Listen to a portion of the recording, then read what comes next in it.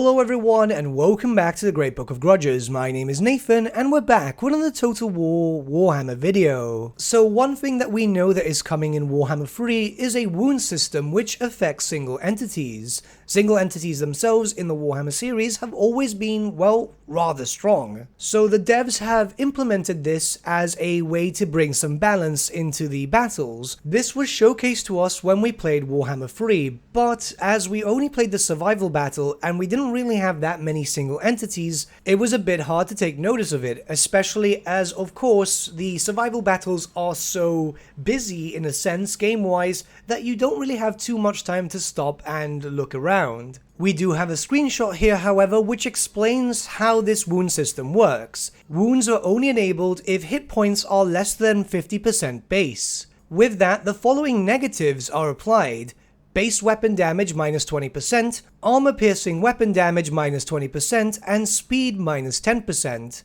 It's a bit of a negative, but then again, it kind of makes sense in a little sense with balance. Of course, the Total War Warhammer community were a bit concerned as it wasn't really showcased that well, and well, we have to take into account that this is still alpha, so those stats themselves might not even be there. And we don't even know if Creative Assembly are hard locked to this wound system. It might not even make an appearance by the time the game is launched. I can understand that the community can feel a bit strange about something which, well, there was no information about really, but as always, the modding community for Total War Warhammer is always watching, and this is something which is easily programmable into Warhammer 2. There is in fact a wound system mod, and I'm going to explain how it works, and I'm going to give a little bit of a playstyle through it, and then you can check it out if you want. So let's just jump right in. Single entity Doomstacks are rather popular in Warhammer 2. In fact, what you're seeing on screen right now is a typical representation of it. 17 tree men, Durfu, the legendary lord for the Wood Elves, and 2 branch wraiths, as these are the ones that can get AoE healing off, and they are quite popular. This is a rather small army in terms of unit models, and they perform very well when scrunching them up together.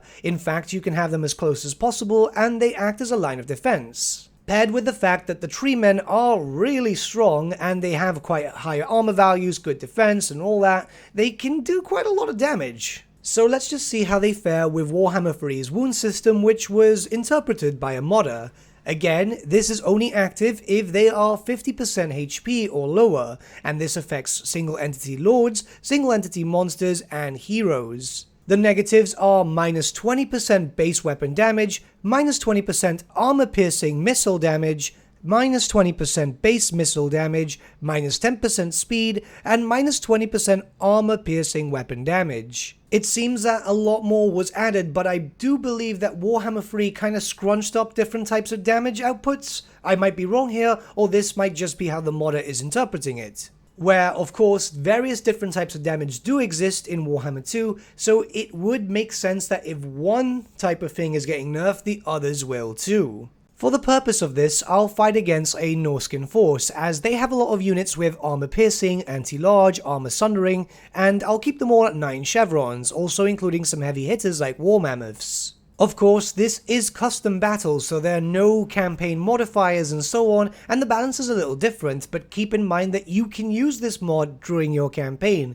if you want a more campaign-friendly experience. I think the army layout I've chosen out is pretty decent in an effort to fight a Doomstack of just treemen. Of course, you have to take in mind that the treeman stack itself is quite powerful, but we're going to see how we fare out. So I tried a few different battles, but this is probably the best one to represent so. I put my units as close as possible, and also the fact that they've got Vanguard made sure that I could get into the fight as soon as possible too. Made sure my branch wraiths were in the middle of said group, and then just moved right in. Now the Norscan army itself is quite varied, but I think everything kind of fits well in terms of damage output with all the different abilities that they do have, and I think that everything went out quite well. Keep in mind that I set myself as the attacker because in some cases when you do a custom battle against AI, they will just spread out way too much, and they won't actually even get into combat with you in some cases.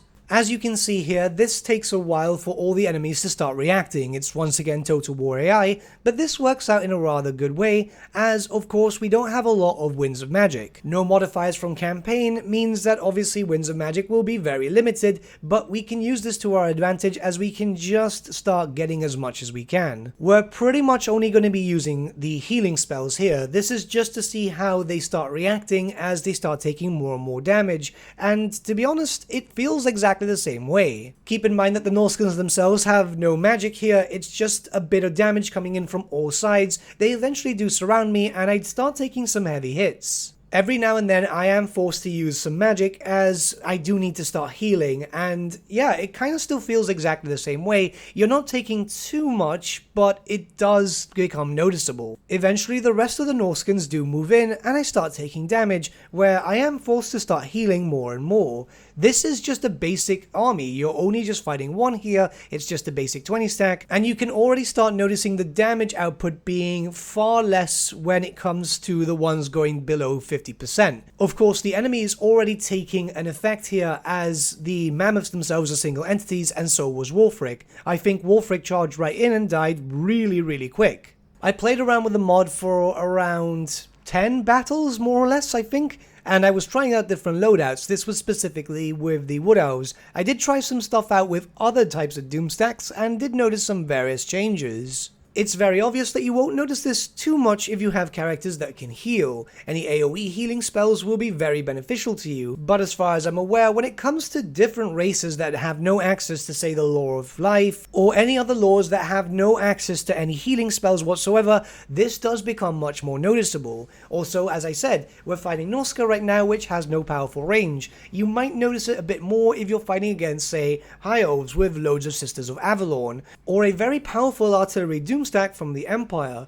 It's something really interesting. You can see it like this, that maybe they're trying to make sure that single entities are viable but not as viable anymore. This should also have some effect when in regards to your Winds of Magic and any hero Doomstacks. Like I said before, the mod itself is an interpretation of what we're expecting in Warhammer 3 in terms of wounds, and it's probably a good idea to try it out now if you had some fears regarding it. I don't think it's a heavy nerf, it's very representative of the faction that you pick and the actual Doomstack, your hero loadouts and so on, so it might be worth a try. It's also very much compatible in campaign, so you can give it a try there. I'm assuming that the majority of people who watch my videos are more campaign focused than multiplayer, but you can try it out here, or if you want to try it out in multiplayer, because I'm assuming this will also come into effect in multiplayer, you can play against some friends with the mod and try out some battles 1v1. It'll be in the description below, and I do recommend trying it out.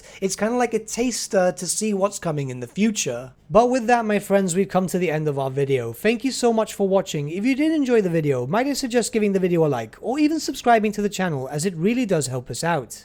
In the description section below are various links to different social media platforms such as Facebook, Instagram, and Discord. Also in the description section is an affiliate link with Element Games where you could buy loads of hobby-based products, not just Warhammer, for 10 to 25% off. Making a purchase using that link and also our special code, which is also in the description, supports the channel at no extra cost to you, which we think is rather cool. A big thank you to our patrons. Your support means the world to us. It's amazing that people want to help a small channel like us grow and get to a higher level of content. A big thank you to Gibraltar LUSC, Ryan Bertsche, Andrew Prince, and Okro for subscribing to us at our Fane level. You guys are super cool. And a big thank you to Edward Yule, VS Vasan, Aaron Whitman, and Shaggy for subscribing to us at our King level. Honestly, we can't thank you all enough. And lastly, a big thank you to all of you for liking, sharing, and commenting on these videos. Honestly, it's because of you guys that the channel's been growing at such a great pace lately, so we can't thank you all enough. But with that, my friends, thank you so much for watching once again, and we shall see you all again very, very soon.